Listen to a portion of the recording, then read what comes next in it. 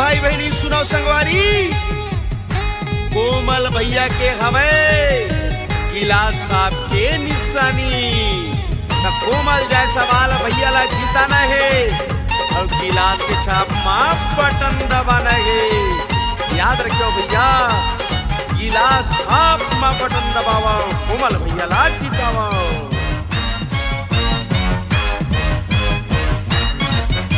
ए सुनो दीदी भैया और सुनो संगवारी,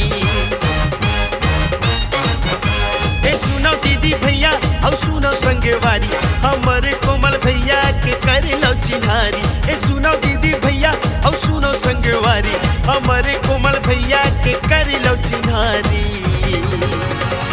गिलास छाप में बटन दबा के कोमल भैया लाते हैं चुन चुन चुन चुन। गिलास छाप में बटन दबा के कोमल भैया लाते हैं चुन।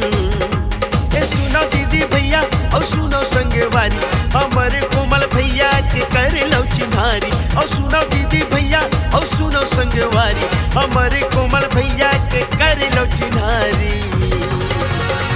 गिलास छाप में बटन दबा के कोमल भैया लाते हैं चुन चुन चुन चुन।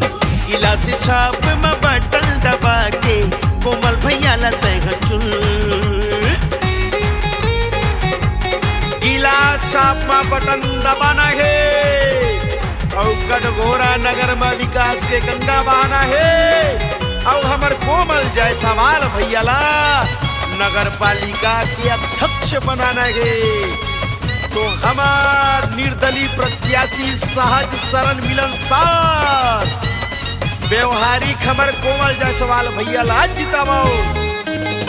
11 तारीख के संगी जुरी मिल के जाना है, गिलास के छाप में संगी बटन ला दबाना है। नगर पालिका कटघोरा के निर्दलीय प्रत्याशी सरल मिलनसार योग्य हवन मृदुभाषी। 11 तारीख के संगी जुरी मिल के जाना है, गिलास के छाप में संगी बटन ला दबाना है। नगर पालिका कटघोरा के निर्दलीय प्रत्याशी सरल मिलनसार योग्य हवन मृदुभाषी। ए सुनो दीदी भैया और सुनो संगवारी, हमारे कोमल भैया के कर लो चिन्हारी। और सुनो दीदी भैया और सुनो संगवारी, हमारे कोमल भैया के कर लो चिन्हारी। गिलास छाप में बटन दबा के कोमल भैया लाते हैं चुन चुन चुन चुन। गिलास छाप में बटन दबा के कोमल भैया लाते हैं चुन।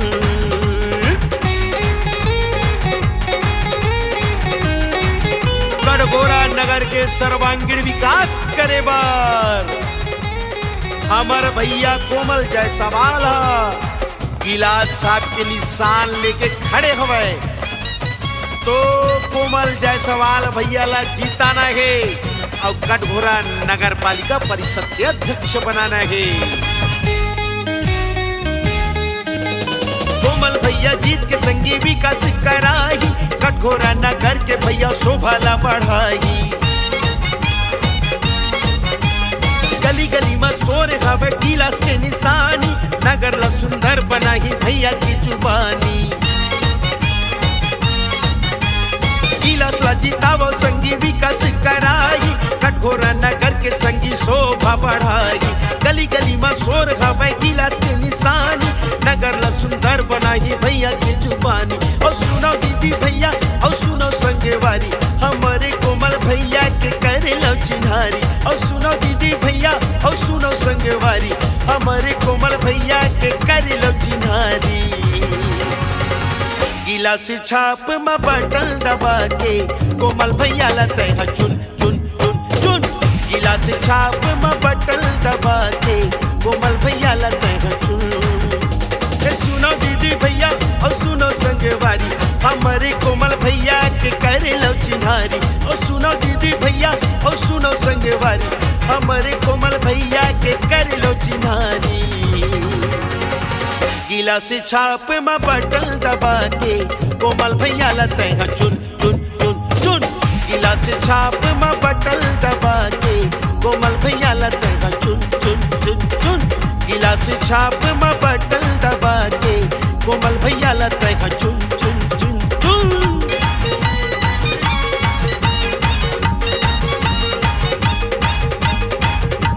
दीदी भाई बहनी कोमल जायसवाल भैया ला जीताना है।